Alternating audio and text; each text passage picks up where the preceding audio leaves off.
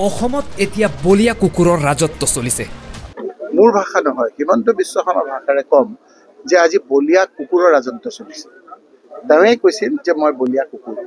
আজি বলিয়া কুকুৰ নহ'লে এনেদৰে আভিজাত্য থকা সুনাম থকা অসমৰ পুলিচক এনেদৰে তেওঁ বহুতীয়া হিচাপে তেওঁ ব্যৱহাৰ আজি নকৰে। অসমৰ আটাইতকৈ ভয়াতুৰ ব্যক্তিজন হৈছে ডক্টৰ হিমন্ত বিশ্ব শৰ্মা। আৰু আপোনালোকে জানে যে অসমৰ ভিতৰত মই ভালকে জানো যে সকলোতকৈ ভয়াতুৰ ব্যক্তি হ'ল হিমন্ত বিশ্ব শৰ্মা। আমাৰ নিচিনা সাহসেৰে অপজিশ্যনত যুঁজকচোন তেওঁ, যেতিয়াই যাৰ পাল্লাবাৰী তাত উঠিছে। হিমন্ত বিশ্ব শৰ্মাৰ অপকৰ্মবোৰ ৰাইজে চাই আছে। অসমৰ জনতাই দৌৰাই দৌৰাই তেওঁক ইয়াৰ বিচাৰ কৰিব। তেওঁ যিমান অপকৰ্ম ৰাইজে চাই আছে সময়লৈ, ৰাস্তাই ৰাস্তাই দৌৰাই দৌৰাই ইয়াৰ বিচাৰ কৰিব। গতিকে ৰাইজক আজি ধন্যবাদ জনাইছোঁ, আপোনালোককো ধন্যবাদ জনাইছোঁ। হাতীপুখুৰীত কংগ্ৰেছৰ প্ৰতিবাদী সভাত উপস্থিত হৈ ৰাজ্যৰ মুখ্যমন্ত্ৰী হিমন্ত বিশ্ব শৰ্মাক এইদৰেই থকা সৰকা কৰিলে ধুবুৰীৰ সাংসদ ৰকিবুল হুছেইনে। অস্তিত্বৰ সংকটত ভুগিছে, কাৰণ বিজেপি ঝাৰখণ্ডৰ পিছত তেওঁৰ অস্তিত্বৰ সংকট হৈছে বিজেপিতে।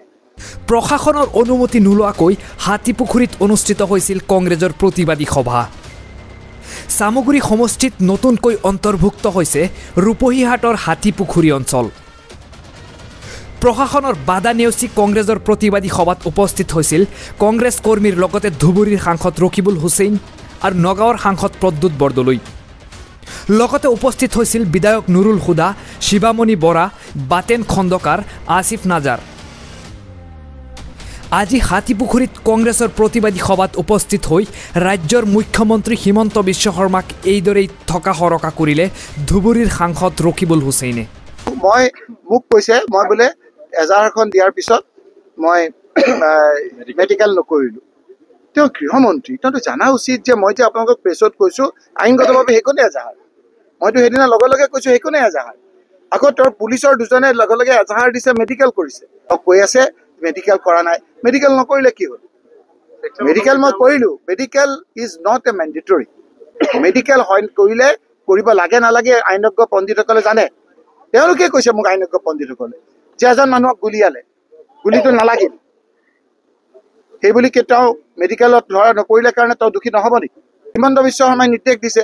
এইবিলাক কেৱল পাতত লিখা আছে, এটা এটাকে তন্ন তন্নকে বিচাৰ হ'ব। ইয়াৰ অচিজন স্পষ্ট যে জোনমণি ৰাভাৰ কেছত তেওঁ ইনভলভ আছিলে, সেইকাৰণে তেওঁক ইয়াৰ পৰা বদলি কৰিছিল।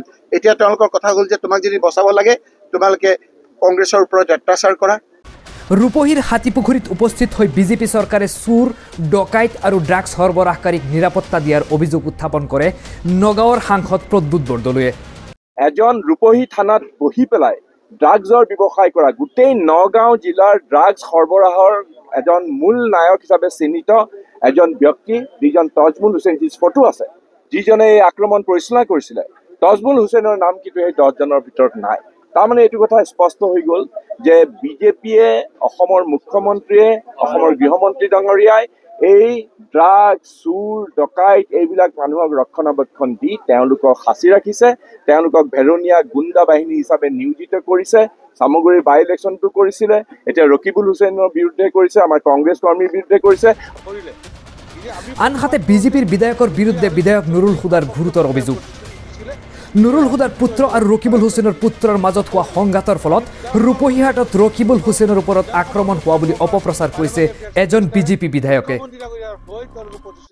কাৰণ এৰেষ্ট কৰিলে জুলুমকাৰ ব্যক্তি ওলাই পৰিব, এৰেষ্ট কৰিলে যে বিজেপি দলৰ আছে সেই কথা ওলাই পৰিব। সেইকাৰণে তেওঁলোকে ইছ্যু ডাইভাৰ্ট কৰিবলৈ গৈ ইছ্যু ডাইভাৰ্ট কৰাৰ কাৰণে এতিয়া সিদিনা দুজন বিধায়কে, বিজেপি দলৰ বিধায়কে যে মোৰ পুত্ৰ ৰকিবুলৰ পুত্ৰৰ কাজিয়া বুলি ক'বলৈ কুণ্ঠাবোধ কৰা নাই। তেওঁলোকে জানে যে আছামী এৰেষ্ট কৰিলে যে বিজেপি দলৰ কৰ্মীসকলে কৰিছে সেইটো ওলাই পৰিব। সেইকাৰণে ইছ্যু ডাইভাৰ্ট কৰিবলৈ তেওঁ বিচাৰিছে। গতিকে তেওঁলোকে যিটো ৰাজ্যত বাস কৰিছে সেই ৰাজ্যত মান সন্মান গৰিমা তেওঁলোকে বজাই ৰাখক। আজি অসমীয়াৰ ওপৰত আক্ৰমণ কৰিছে। আজি অসমীয়া জাতি। ৰূপহীহাটৰ পৰা আশৰাফুল ইছলামৰ ৰিপৰ্ট, নেশ্যন টিভি।